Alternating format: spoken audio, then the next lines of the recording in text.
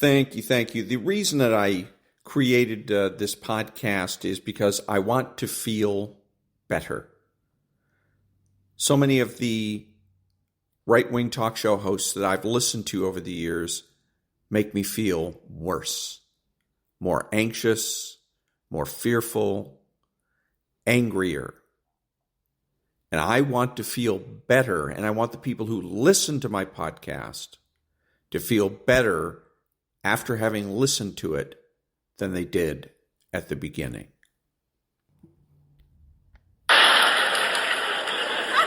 But you know, Clint, and I know that I have so much on you, which I won't say tonight. Because if I spill it out, you're going to be back in rawhide. And now you're in your late 60s. Live up to it. It's over.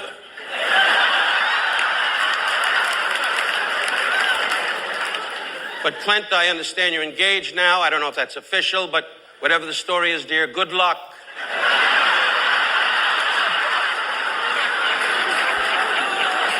A lot of happiness, dear.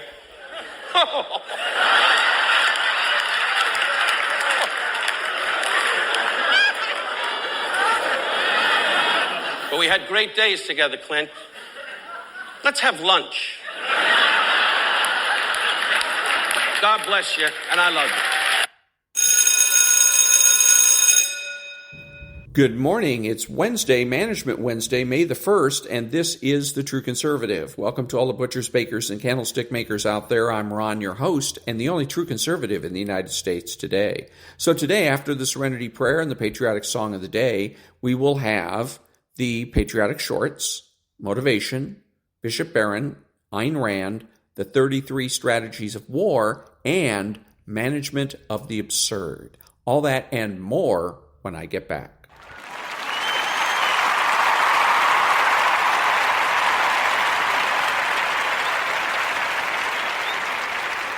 God, grant me the serenity to accept the things I should not change, the courage to change the things I should, and the wisdom to know the difference. Amen.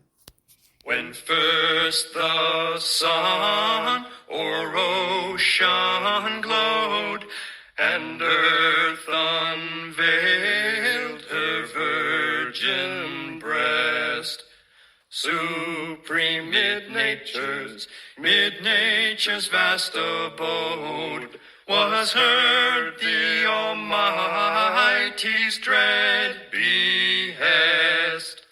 Rise, Columbia, Columbia, brave and free. Poise the globe and bound the sea. Rise, Columbia, Columbia, brave and free. Poise the globe and bound the sea. Revered in arms, in peace humane, no shore nor realm shall bound thy sway, while all the virtues own thy reign, and subject elements obey. Rise, Columbia, Columbia, brave and free. Bless the globe and rule the sea. Rise, Columbia, Columbia, brave and free. Bless the globe and rule the sea.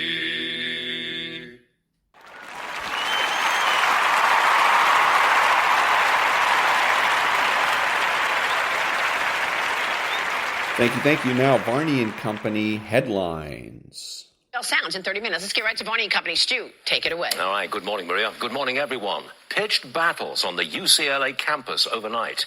Pro-Hamas and pro-Israel groups fought each other. For hours, it was anarchy. Finally, the police arrived to break up the brawl, but it is still an ugly standoff. In New York, police quickly cleared occupied buildings at Columbia.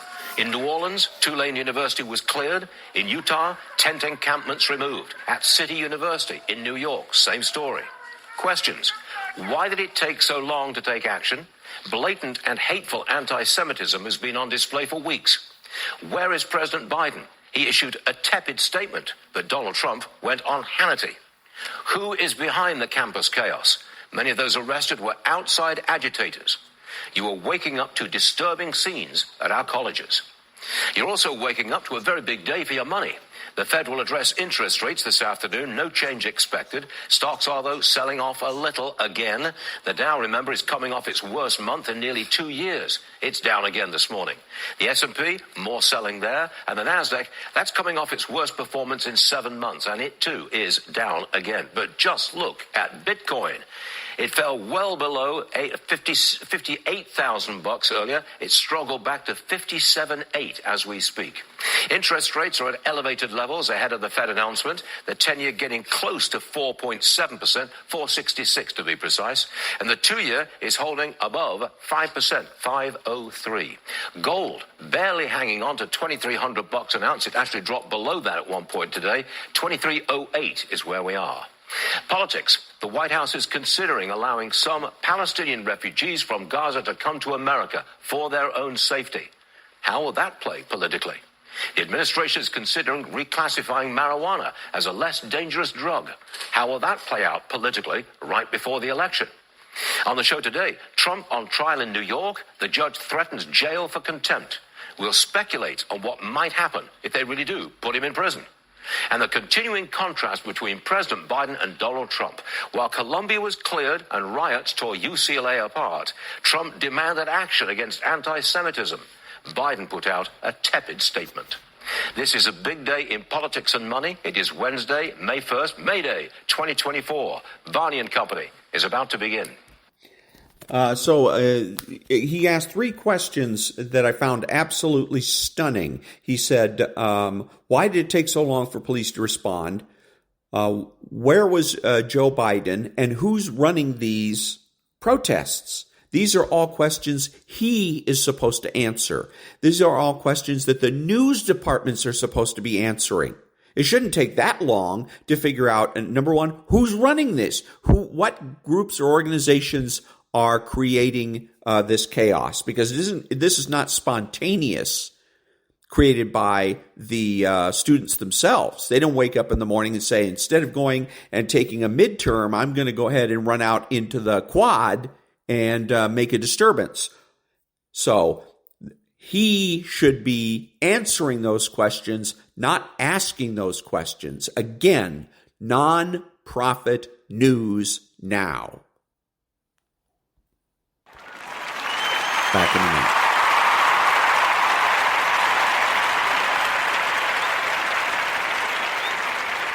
Thank you. And now, War Room, background radio chatter.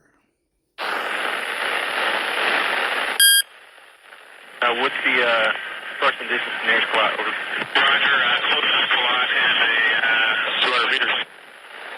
You catch them in the middle of that, shouldn't see any collateral. I don't think we're going to have any collateral if we go along the road. We're observing them walking farther away from all collateral damage.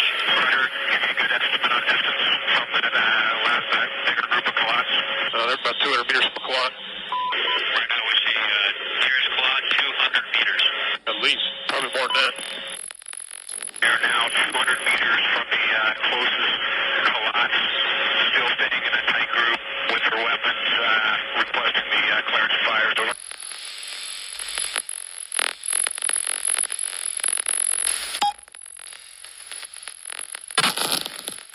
We are clear to engage. Over. We'll follow that road inbound to reduce collateral damage. Be advised, we're going to get set up on an inbound run to completely eliminate any collateral damage.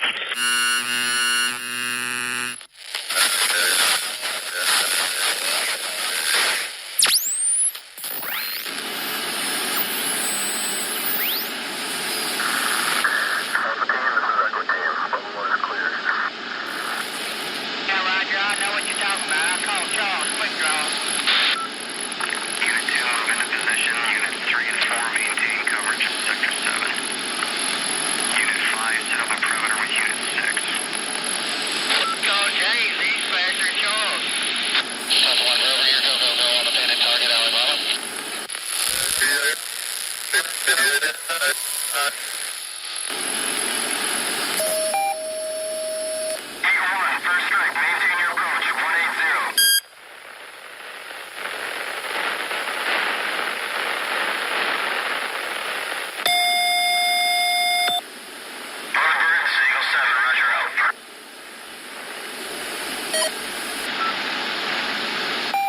Copy that.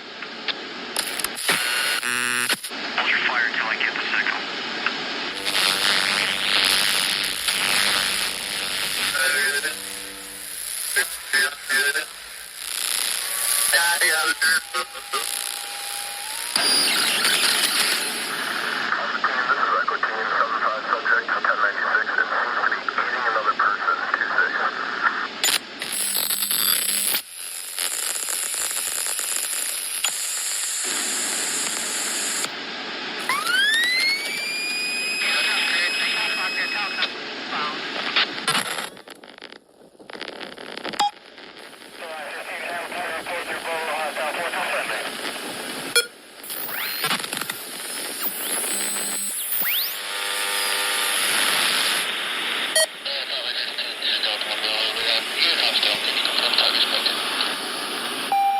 Yes, sir. Visual on target.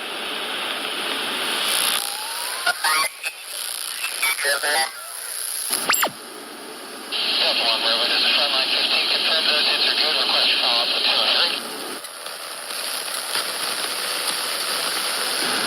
CQI 382. Copy that, Echo. Proceed with caution. 10-4.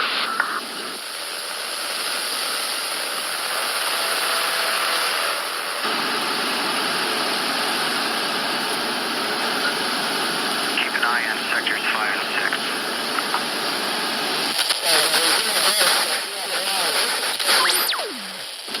Possible targets approaching from the west. Guy that was digging in the road right there. Okay, hey, we got two guys digging on the road. Yep, they're trying to hide now. Roger. On the spot on. Yep, I'm about to. All right, spot on 160, 2,400 meters. All right, target 5. Yep, can you send it to him? Yep, I got it. Keep eyes on. All right, we're about to send you target 5. And let's probably go up Wolverine. Coming up, too? Yep. Coming up in altitude a little bit. Let me know when you got target 5. Negative, no mail.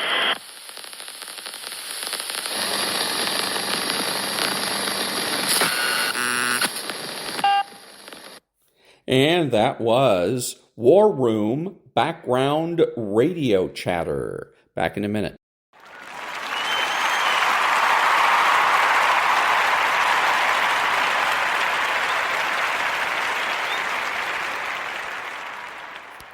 Thank you. Now, the Patriotic Shorts. The purpose of a flamethrower is fire moves people. And when they got in the caves there, we couldn't get them out. We'd fire in there, we'd throw hand grenades, but they just moved back. They could go 8 miles back. They could go just a short ways across. It was 8 square miles, the Iwo Jima, all underground. We couldn't understand where they were during the day. Around supper time, any time after that, till 2 or 3 in the morning, they would come at you with banzai charges. That's when they did the damage. During the day, they fired rockets, and now I say rockets, mortars. Mortars would come sailing through the sky at us.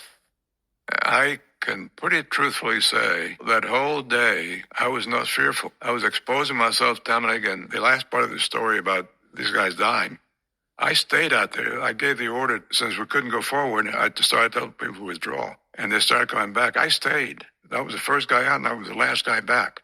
And they saw me. And I think that started building the relationship between those guys and I, which exists to this day. We were going to drop what we call chaff bombs. So it'd be like tinfoil confetti in the air. It kind of hides from radar because it reflects very well into radar. It kind of hides the airplanes. Not entirely, but kind of. Right. So we're going to go in and we're going to drop a chaff bomb every 30 seconds from the initial point to Hanoi. And we had 2 flights of 4. And we're dropping our bombs. Somebody had developed a system that went in the right canopy bow of the F-4 that would detect SAMs.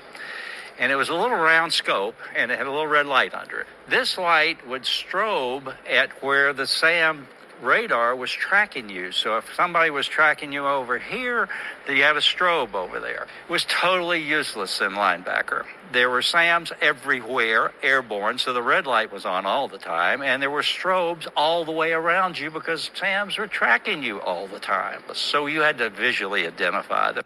They used people like quotas. They needed more bomber people to be navigators, bombardiers, waist gunners, tail gunners, what have you. I was very disappointed that I was not going to be a fighter pilot. In fact, I came so close to going AWOL. That's right. But I thought of my mom and dad, and I knew they would not really be too proud of that because my heart was set on being a fighter pilot. And if I would have become a fighter pilot, I'd probably be dead. I think God had a lot to do with where I ended up. Over the course of the years there, I flew with 11 different Blue Angel teams over my time in the military. You hear these stories of people who you knew to be incredible service members or pilots or you name it, and they had joined the military because of the Blue Angels. And so that gives you this renewed sense of this job does matter. You're not taking the fight to the enemy for sure, but you are most definitely indirectly contributing to the cause because you are signing up the future of our warfighters. And it's not just pilots, it's everyone. We bring an air show to the middle of nowhere, Kansas that has no naval aviation presence, and little kids get inspired and they end up changing the direction of their life because of it. It's very cool. And that was the Patriotic Shorts. Back in a minute.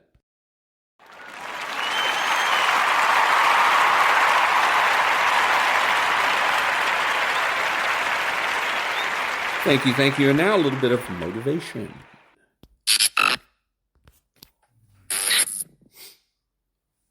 If you want something out of life, if you want to change yourself, if you want to acquire something, if there's some goal that you want to reach, that is really not easy as some people will make us feel.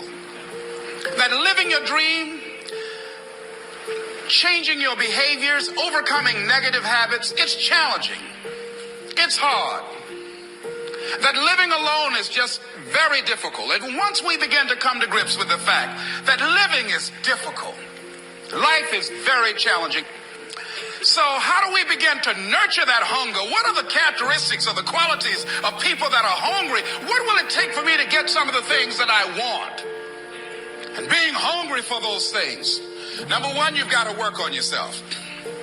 It's very important that you engage in an ongoing process to develop you. Spend more time on yourself than what you've been spending. It's very important. You owe that to yourself. Many of us never realize our greatness because we become sidetracked by secondary activity. We spread ourselves too thin, don't know how to say no. And we find ourselves doing all kinds of things and never ever have time to do those things that we need to do to work on ourselves. And then there goes a second, there goes another second, there goes another second, and we can't stop and hold time. And before you know it, you wake up one day and you're behind in your dreams and your bills. So decide that you're going to take some time to work on you, that you deserve that from yourself, that your life deserves some prime time. Because you are creating your own production. You are the star of your show. You are the director. You're writing the script. And you will determine whether your life is a smash office hit or flop. You determine that. Working on yourself, talking to yourself. That's so very important. Overcoming the negative conversation, that inner dialogue that's going on all the time.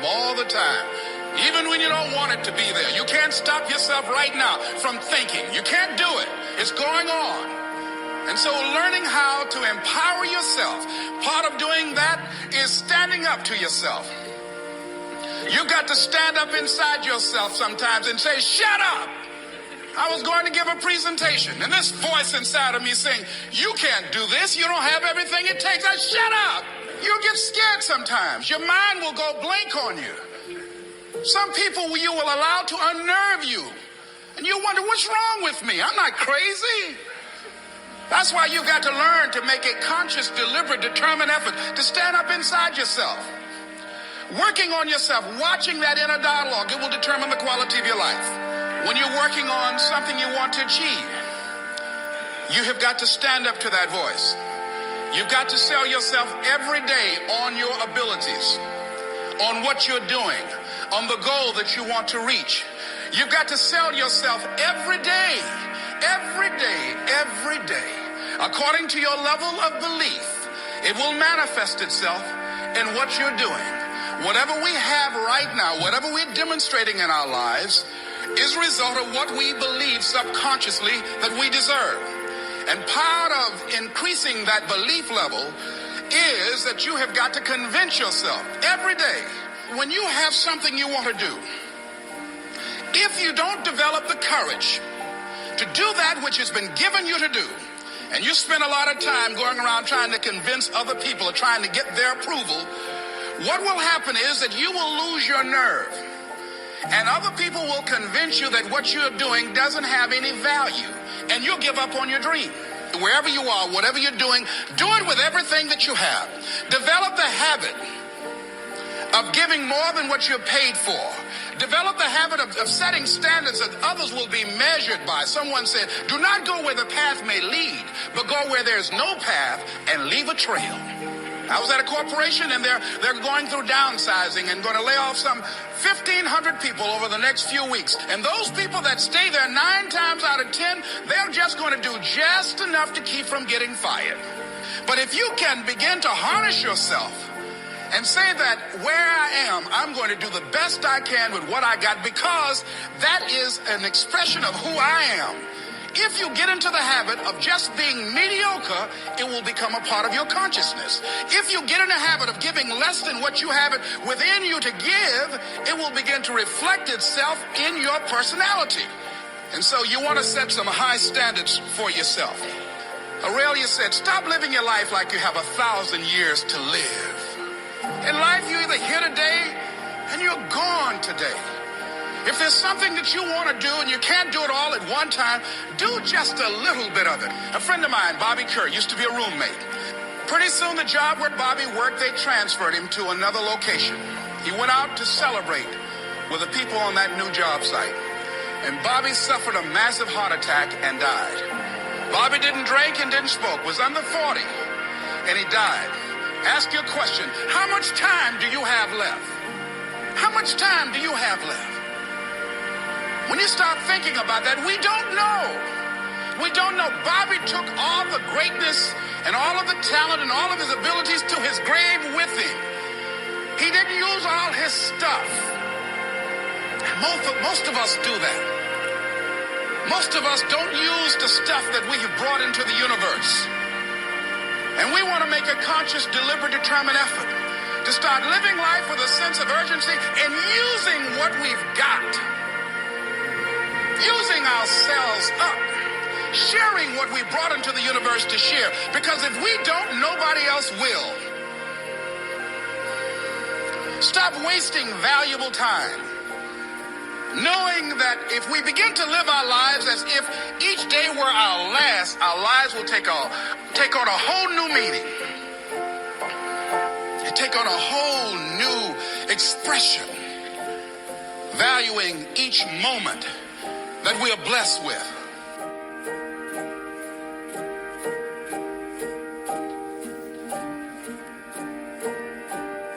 The journey of 1,000 miles begins. And that was a little motivation. And he's right when he says you live every day as though it's your last. And it's good advice for the very young, the very old, and the terminally ill. For the rest of us, we can't afford to do that. Why? Because we are the ones that must take care of the very young, the very old, and the terminally ill. Back in a minute.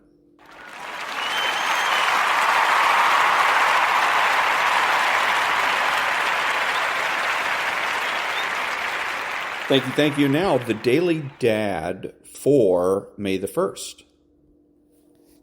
May. Character is fate. Lessons in right and wrong. May 1st. This predicts everything. Character is fate. Heraclitus. Who a person is determines what will happen, what they can do. It's true in sports, it's true in politics, it's true in business. No matter how talented a person is, how great the incentives, how great the system around them. In the end, character is everything. It can't be hidden. It can't be compensated for. It comes out. Your job as a parent, as you seek to create a better world for your kids and raise them to be good in the world, is to value character, to teach it to them, to model it for them, to reward it when you see it in them. Yes, you want them to be smart. Yes, you want them to be ambitious. Yes, you want them to be creative and hardworking. But these traits are worthless if not yoked behind good character. We are seeing the costs of ignoring that in every facet of life right now. We need to fix it, and the fix starts at home. And that was the Daily Dad for May the 1st. Back in a minute.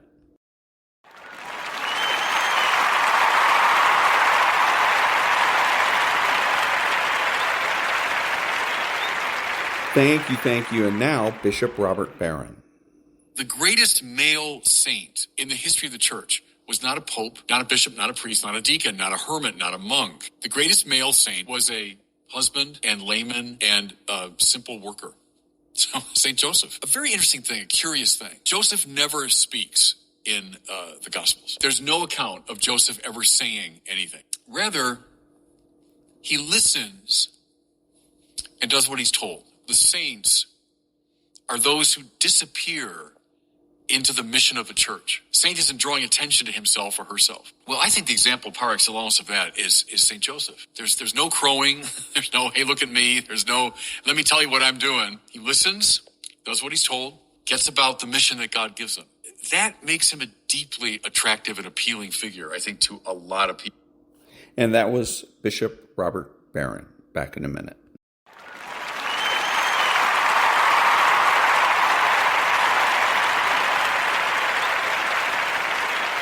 Thank you. And now the Ayn Rand thought of the day. Quote, politically, the draft is clearly unconstitutional.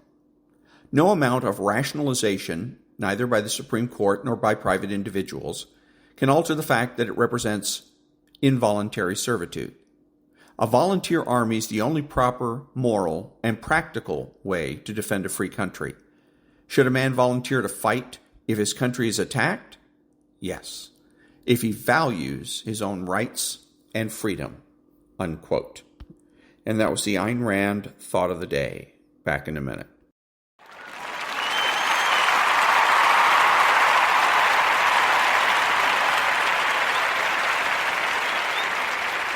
Thank you. If you are a Democrat, you should be voting Republican because the Republican Party is the true party of civil rights. It always has been. It was a party of civil rights in the Civil War, and right after the Civil War, it is the party that came up with the first three civil rights bills, all that were killed by Democrats, by the way. So it's the Republican Party that has always been about civil rights. So if you as a Democrat are interested in civil rights, you need to vote Republican and become a Republican. Back in a minute.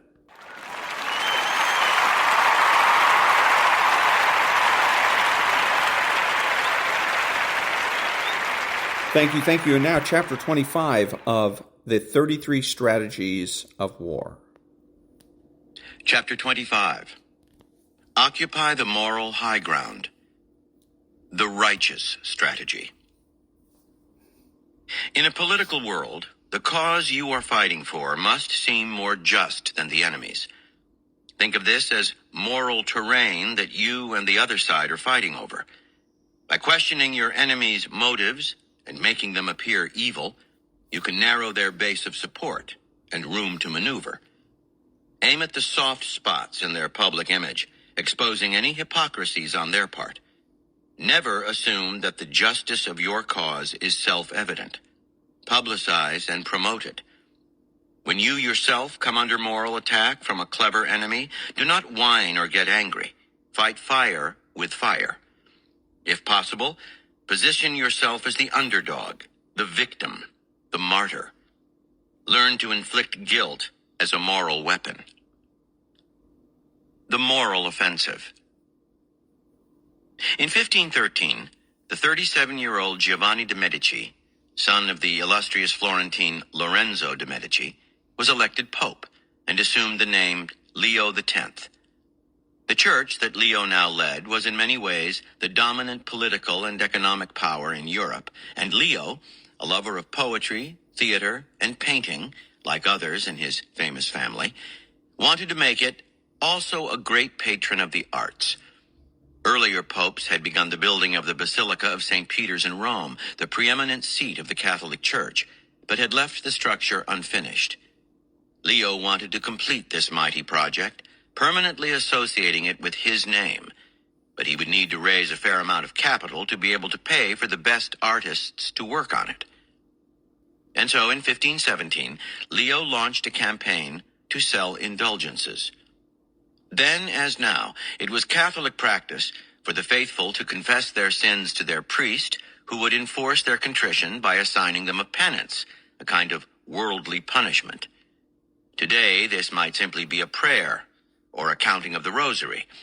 But penances were once more severe, including fasts and pilgrimages, or financial payments, known as indulgences.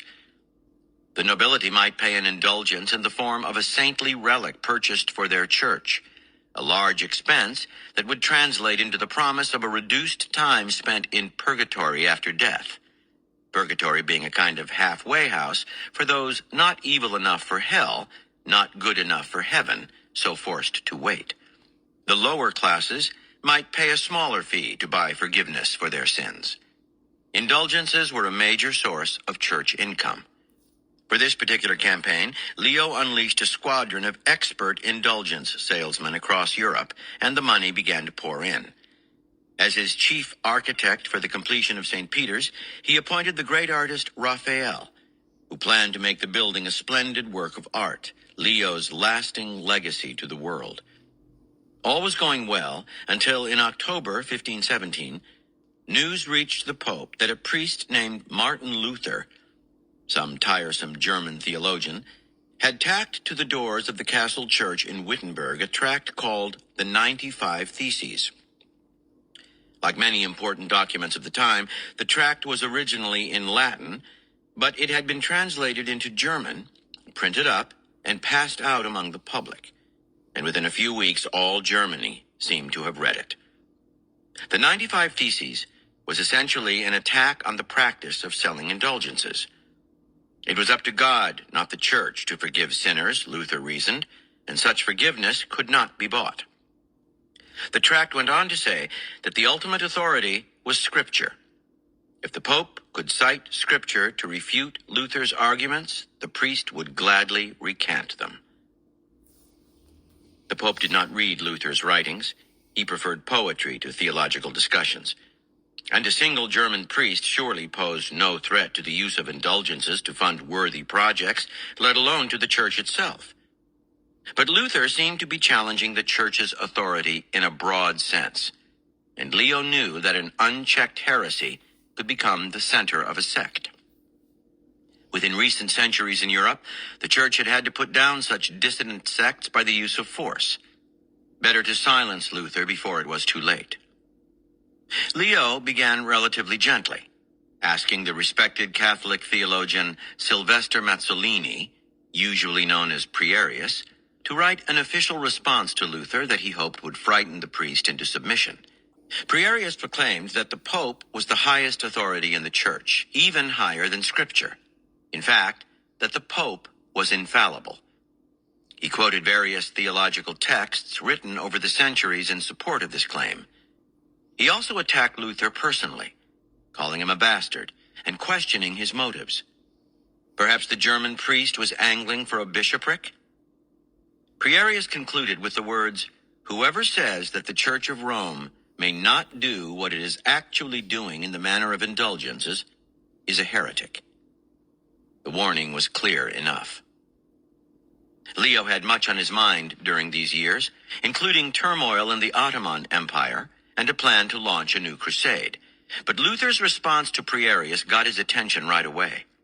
Luther wrote a text in which he mercilessly took apart Prierius's writings.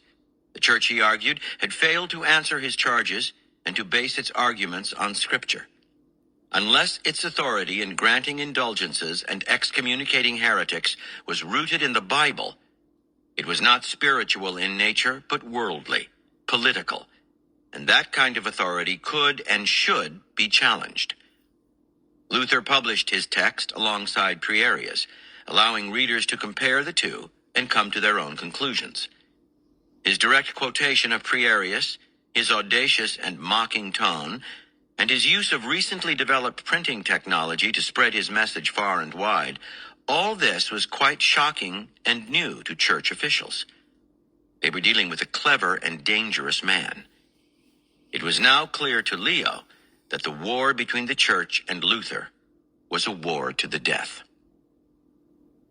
As the Pope pondered how to get the German priest to Rome and try him as a heretic, Luther accelerated his campaign, continuing to publish at an alarming rate, his tone even more vitriolic. In an open letter to the Christian nobility of the German nation, he claimed that Rome had used its spurious authority to bully and cow the German people for centuries, turning Germany's kingdoms into vassal states. The church, he said again, was a political power, not a spiritual one, and to prop up its worldly rule, it had resorted to lies, forged documents, whatever means necessary. On the Babylonian Captivity of the Church, he railed against the Pope's lavish lifestyle, the whoring among the church hierarchy, the blasphemous art Leo funded. The Pope had gone so far as to have staged an immoral and bawdy play by Machiavelli called Mandragola within the Vatican itself. Luther juxtaposed the righteous behavior advocated by the Church with the way its cardinals actually lived. It was the Pope and his entourage, Luther charged, who were the real heretics, not he. In fact, the Pope was the Antichrist.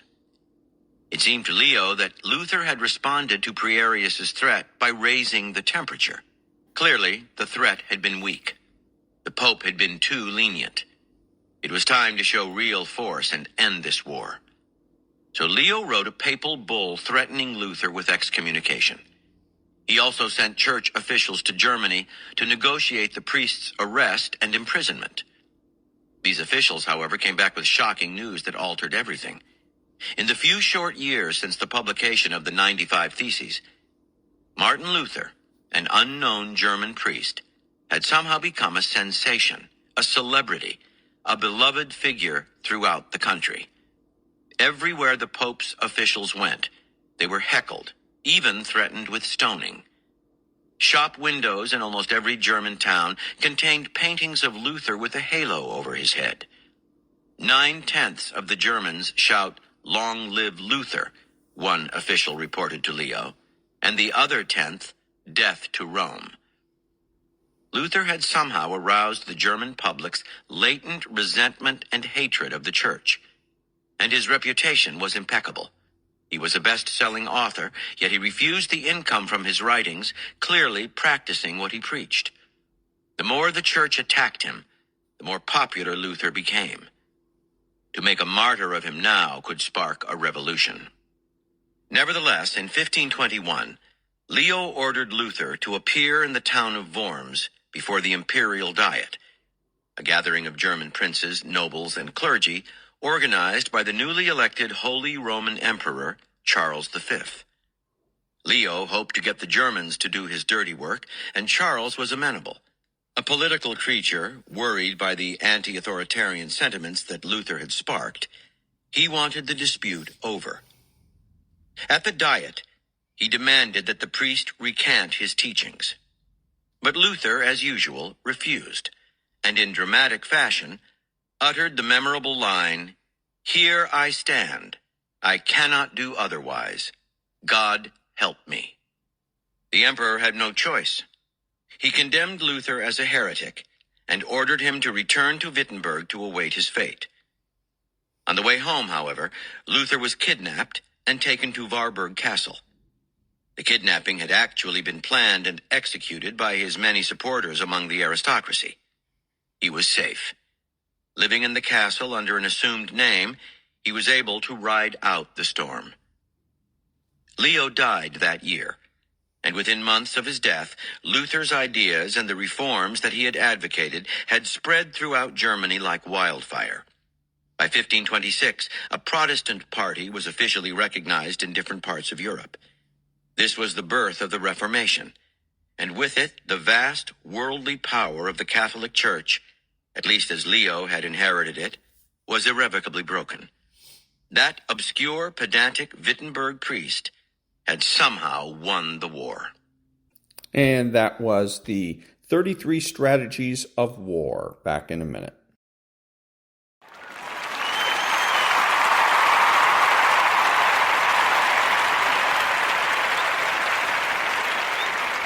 Thank you. Another thing on the protests, it's not just about property and property rights, and because the Columbia, the private university, well, all of them, even if you're a public university, you're the steward of that property, and so it's your property, and you need to emphasize your property rights and take care of things. It's not only that, though, but the way the left gets away with things, they say free speech, but there's no such thing as the freedom to shut me up. Okay, to force me to go away or to shut up or whatever. And that's what these folks are doing. They're using freedom of speech to shout people down. When you do that, you are violating other people's rights. My rights end where your rights begin. Okay, I have a right to property doesn't mean I have a right to your property.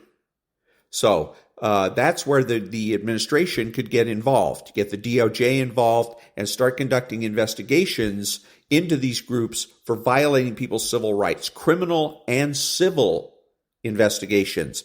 And I guarantee you this kind of crap would stop overnight. Back in a minute.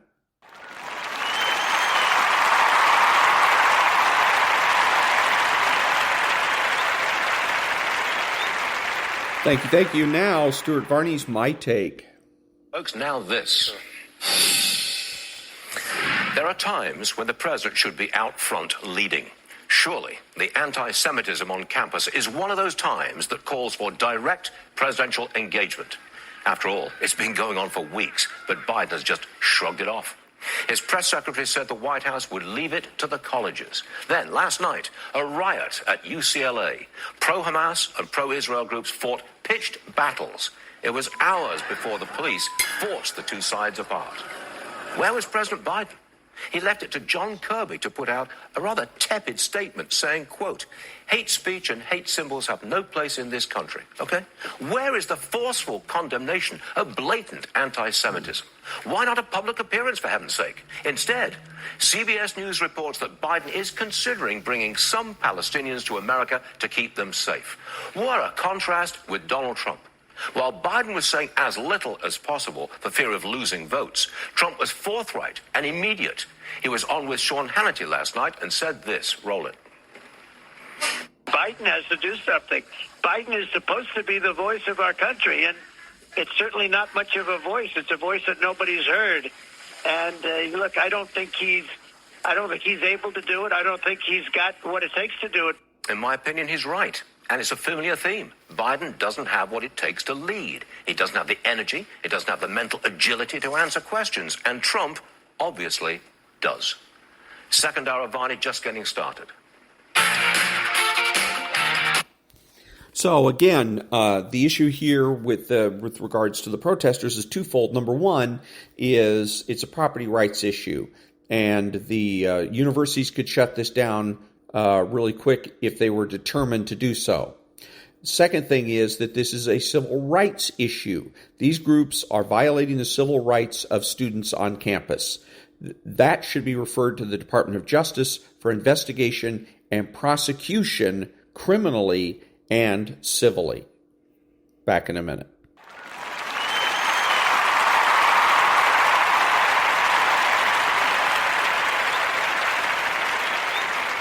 Thank you. And now, how to block brainwashing by the rogue hypnotist. All peoples, men, women, and children can take measures to stop successful programming from occurring. Mental and physical resistance is not only possible, but essential. Everyone can improve their inherent defensive properties. Just as one may soften up a society, one may toughen one up as well. Hunter called this ability mental survival stamina. This includes, number 1, learn what freedom is. Number 2, learn what destroys it. And I'm going to take issue with this real quick and say that the issue is not freedom, but independence. Much better. Back to the book. We will deal with the factors that assist a person in withstanding the mind attack of brainwashing, but a brief summary will be of use in focusing the reader's mind now. Number 1, faith. Number 2, convictions. Number 3, clarity of mind. Number 4, a closed mind. Number 5, purpose. Number 6, keeping your mind busy. Number 7, confidence. Number 8, deceit. Number 9, hijinks. Number 10, adaptability. Number 11, crusading spirit. Number 12, group feelings. Number 13, be yourself. Some terms must be clarified. Not everything is up for discussion. For example, if someone starts arguing that we need to re-examine whether it is now okay to rape children, you have better damn well have a closed mind on that issue, in the negative. On some issues, there's no value in discussion. As a rule, one never discusses matters of core morality with a psychopath. A fanatic defends immorality. That's how you identify them. Deceit is essential when dealing with any enemy. Fact. Only a fool uses honesty when dealing with a psychopath. The key principle of warfare is deception. Deception works. You con the psychopaths. When dealing with brainwashers, lie to them. Tell the scum what they want to hear. Play along. Why confession is so powerful. Getting someone to confess is a powerful tool of control. Why? Because it is an act of submission before a power. Confession makes you surrender your integrity and self-respect. You also hand over your body as a puppet to the controller. If you do not control your mind, body, nor knowledge of truth, you are but a slave. The purpose of brainwashing is to make you admit defeat. Now, I'm going to modify this slightly. The reason that they ask for confession, the reason that confession is so important is because confession is a statement against interest and is therefore instantly believable. Somebody walks into court and confesses to murder, we believe them. Why would he make a false confession? Right? So it's instantly believable, and also it sticks with you. Once you've confessed, you're screwed. Because anytime you try to wriggle out of that confession in the future, that wriggling out is going to be considered a self-serving statement. People will simply say to themselves, no, he's just trying to get away with it. That's why you never confess. The old special ops thing of no confessions, and you change the subject. You admit nothing and, again, change the subject. Did you know that Soviet communists made films of political prisoners being trained like Pavlov's dogs? This would have made excellent anti-communist propaganda. This was never shown in the West. Ask yourself why. You must understand now, the function of brainwashing is to make a healthy functioning mind dysfunctional and sick. This book and the contents within will keep your mind fit and strong. It is time. So tomorrow, part 3, Brainwashing a Benedictine. Back in a minute.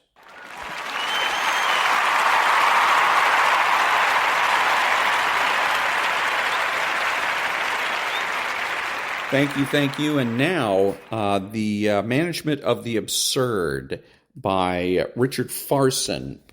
And this is chapter 2, and it's titled, Nothing is as Invisible as the Obvious.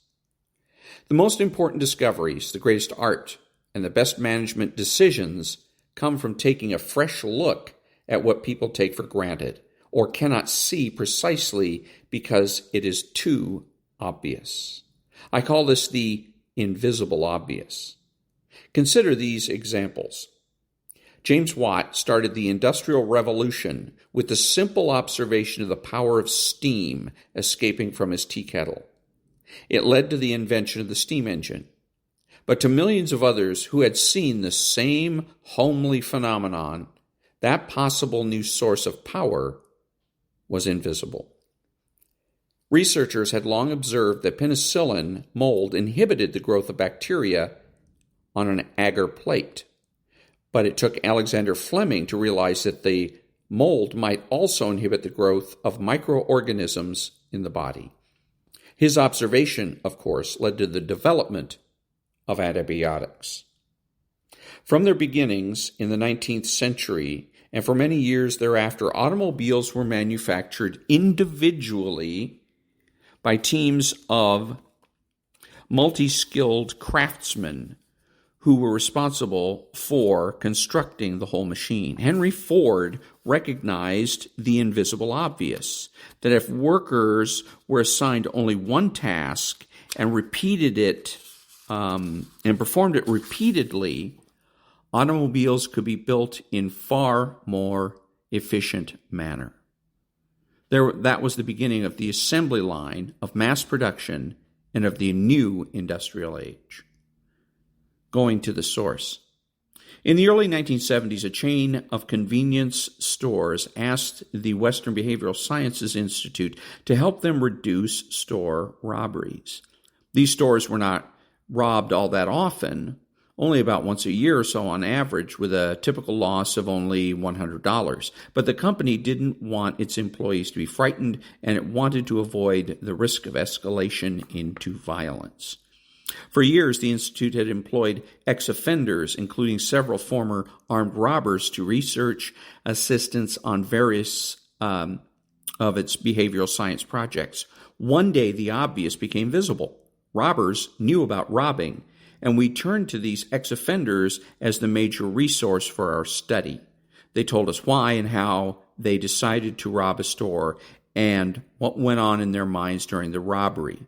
And they interviewed others they knew who had made their living robbing convenience stores. Having studied our findings, the company changed its store designs and a number of its practices, eventually reducing its robberies by 40%. The study became a classic in its field. Now banks and computer companies are hiring hackers to help them develop security systems. Obvious, right? Looking for reality. The invisible obvious is a major factor in why the prediction of future trends is especially difficult. Naturally, such predictions rely heavily on knowledge of present conditions, but present conditions are largely invisible, even to those who spend their lives looking at them. In 1967, one of the most respected futurists, Herman Kahn and Anthony Weiner, published a book entitled The Year 2000. It is a stunningly insightful book, predicting, for example, the emergence of Japan as a major power, the resurgence of religion, and the growth of an exercise industry. But in it, there is no mention whatever of energy, pollution, environment, ecology, women's rights, all issues that were then present and were to become highly visible in the public press the very next year, let alone the year 2000. The reality was there to be seen, but even these perceptive observers missed it. I can remember one instance in which the invisible obvious became dramatically visible to me. In 1966, several years before the modern woman's movement clearly emerged, I was a speaker at a conference of 2,000 women in New York, meeting under the theme, Quo Vadis Today's Woman. I noticed that all the speakers lined up with me on stage were men. Anthropologist Ashley Montague, economist Eli Ginsberg, etc. It occurred to me then that it would be impossible to imagine that situation in reverse. 2,000 men meeting under the theme, Quo Vadis Today's Man, and listening to 4 women, no matter how distinguished, tell them where they were going. This striking example of prevailing attitudes about women opened my eyes. What I and the others had all been blind to was, in that moment, painfully obvious. Discovering the obvious is always a challenge. Analysts who were studying deterrence strategies for the military during the Cold War built scenarios based upon expectations that the enemy would respond rationally. Eventually, somebody pointed out that there should have been what should have been obvious. One, that even a small weapons system could become a powerful force for one side if the other side thought it would be used. Two, that the more irrational, impulsive, and volatile leaders were the ones more likely to have small weapons systems, but also more likely to use them. And three, the greater the size of the arsenal, the more likely that rational analysis would govern its use, and therefore the less power it would have. A valuable service. You may have heard the story about a little boy's advice to the authorities who were unable to free an oversized truck that had become wedged under a low bridge. They had surveyed the situation and then made the sensible and obvious suggestion that they could lower the truck by letting some air out of the tires. As the little boy pointed, the invisible obvious can be made visible by anyone. It is often the most valuable service one can offer an organization, but it requires non-traditional thinking, deeply held ideologies and cultural values, tunnel vision, selective perception, deference to the judgment of others. These all add enemies in our efforts to see what is really going on. And when the invisible obvious is pointed out to us, we are likely to have one of two reactions. Either we'll reject and ignore it, or more likely we will simply say, of course, thinking we surely must have known it all along. And next week, we start part 2, the technology of human relations. Back in a minute.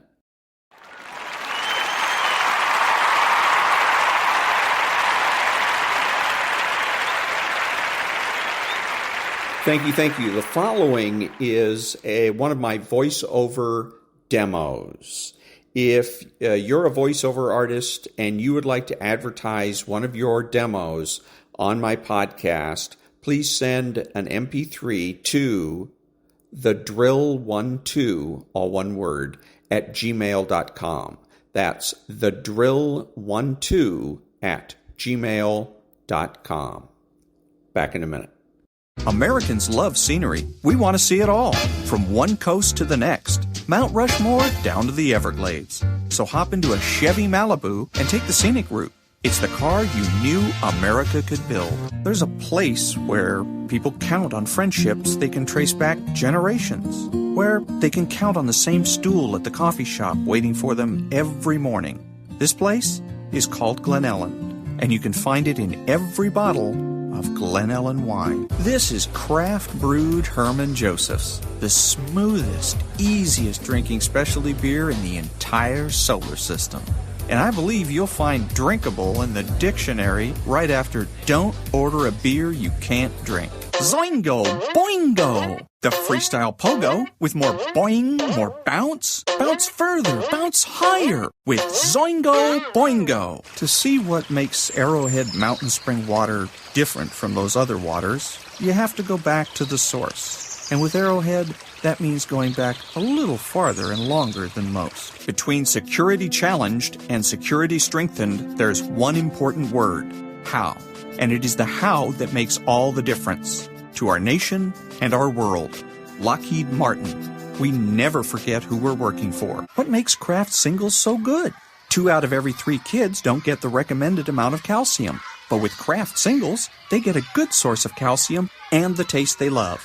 Kraft Singles. Magic every single time. Throw boring overboard with a new real meal from Long John Silver's. A meal worthy of a plate, just $4.99. Only at Long John Silver's. We may not all be geniuses, but we can all do something smart. Introducing the Hyundai 199 Sonata Lease. It's a smart deal on a really smart car.